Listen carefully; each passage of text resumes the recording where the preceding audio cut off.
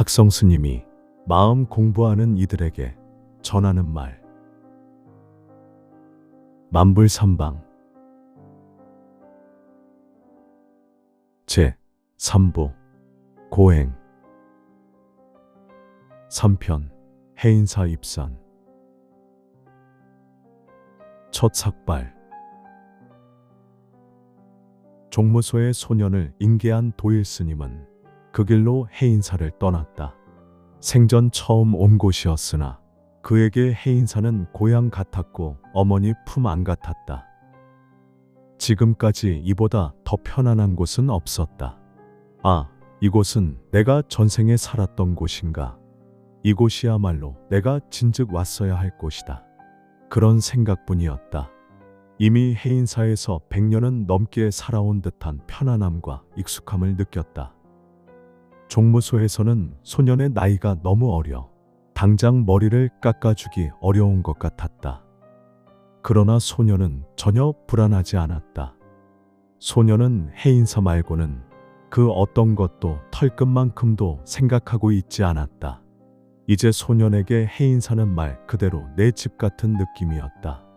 행자실이 아니라 나무하기 등 뒷일을 하는 부목 처사님들 방에서 기거하며 한 달을 버티자 드디어 종무소에서도 마음을 바꾸었다.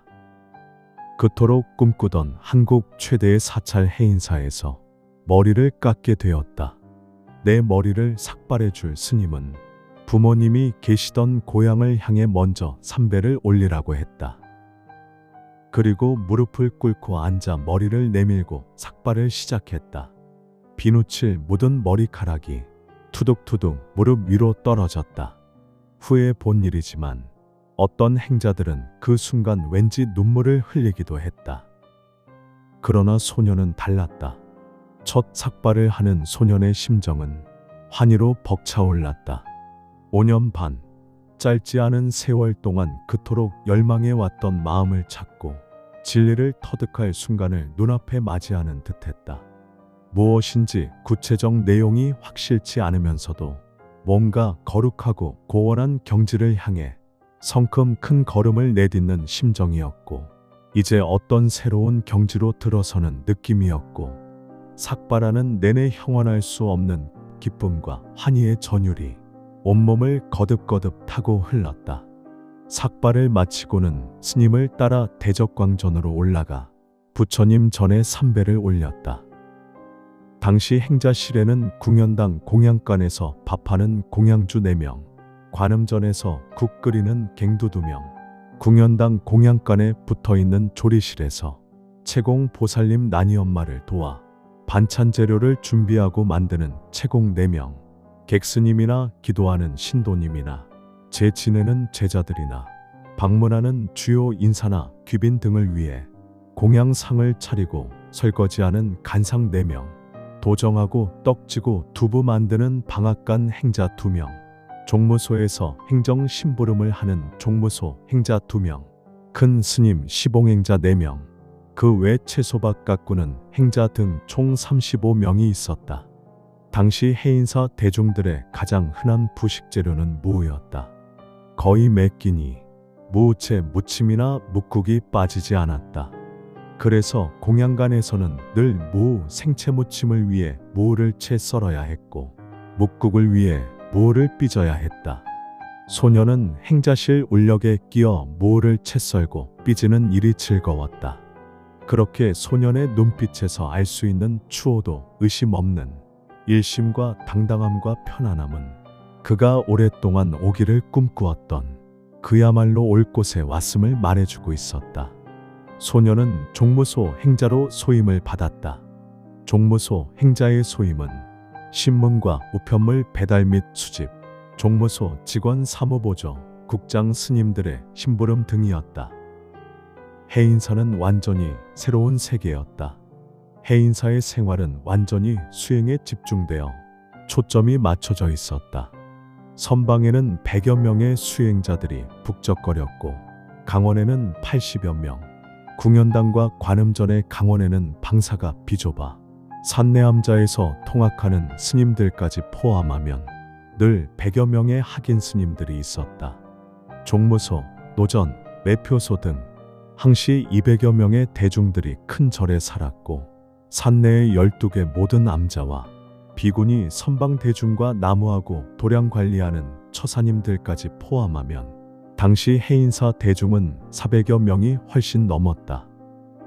이 거대한 대중의 관심과 목적은 단 한 가지, 부처님의 가르침대로 수행해서 깨달음을 성취하고 스스로 부처가 되고자 하는 열망이었다. 행자생활이란 이 구도생활에 첫 발을 들여놓는 과정이었다. 행자생활이 여러모로 간단하지 않았지만 힘들다는 생각은 눈꼽만큼도 없었다. 재미있고 활기차고 희망과 열의로 가득 찼다. 소년의 행자생활은 이후 수십 년 동안의 스님 생활에 마르지 않는 생명수로 작동했다. 6개월의 해인사 행자생활 동안 겪은 많은 에피소드 역시 하나하나 무의미한 것이 없었고 계속되는 수행생활의 양식이었다. 30여 명의 행자 중에는 교장을 은퇴하고 바로 온 노장에서부터 사회에서 상당한 위상을 지녔던 이들도 많았다. 소년행자는 출가자 중에서 가장 귀하다고 하는 15살 동진 출가였다. 봉안사에서부터 말하자면 10살 출가였으니 소년은 당연히 행자실의 막내였다. 행자들은 세속 나이와 상관없이 입산 날짜로 서열이 정해졌다. 저녁 예불을 마치고 8시쯤 되면 부실한 식당과 고행에 금방 배가 고팠다. 그러면 어른 행자 중에 누군가가 방앗간에서 두부와 김치를 가져오고 나무하는 불목처사들이 사다 놓은 막걸리까지 몰래 가져와 숨죽이며 먹기도 했다. 해인사에서는 여전히 장작이 주연료였지만 그 즈음부터 한두 군데 연탄을 떼기 시작했다. 종종 가스중독 사고가 났는데 그럴 때면 행자나 스님들이 2, 3미터 높은 마루에서 밑으로 굴러 떨어지기도 했다. 산중에서 다른 방법이 없으니 동치미 국물을 마시는 게 다였다. 당시에는 전기불이 부족해 석유 램프를 종종 사용했고 석유의 질이 떨어져 그을음이 많이 생기고 금방 유리를 시커멓게 만들었다. 행자들은 석유 램프를 매일 닦아야 했다. 전기골로를 사용하기도 했는데 전기를 많이 먹고 깊은 산중에 전압이 낮아 골로를 켜면 전체 전등이 흐릿하게 변하곤 했다. 해인사는 해발 700m에 이르는 고지대라 워낙 추웠다.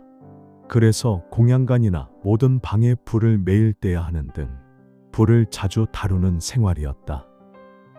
당시에는 너무나 싸고 편리했기에 100% 화학섬유로 된 옷이 선풍적 인기를 끌며 유행하기 시작했는데 불 근처에만 가도 눌어붙곤 해서 옷을 쉽게 버리고 심할 때는 화상을 입기까지 했다. 당시 해인사의 대중은 누구든지 3시면 일어난다. 대중들은 정확히 3시 정각에 울리기 시작하는 도량성 목탁 소리에 따라 기상한다. 소년행자는 행자실 앞에 수각으로 나가 양치와 세수를 한다. 행자실이 건조한 탓에 얼굴에 물이 닿는 순간 코피가 쏟아지기 일쑤였다. 대종을 비롯한 불전용 사물이 울리는 동안 대적광전으로 올라가 정해진 자리에 앉아 입정해야 한다. 소년은 행자실에서 궁연당 앞을 지나 가파른 돌계단을 따라 올라 학사대를 거쳐 팔만대장을 봉안하고 있는 장경각에 참배하고 법당으로 향하곤 했다. 학사대에 올라서면 최치원이 들고 다니던 지팡이를 거꾸로 꽂아 심었다는 전나무를 만난다. 최치원은 유교, 불교에 모두 정통한 신라의 대학자로서 중국에까지 그의 문장에 관한 위명이 쟁쟁했다. 학사대 전나무는 동국여지 승남의 기록과 민간의 전설이 전해지고 있으며 1757년경에 후계목을 식재한 기록이 백불암집에까지 남아있을 만큼 역사적 문화적 가치를 인정받던 존재다. 2025년 여름 만불 삼방에서 학성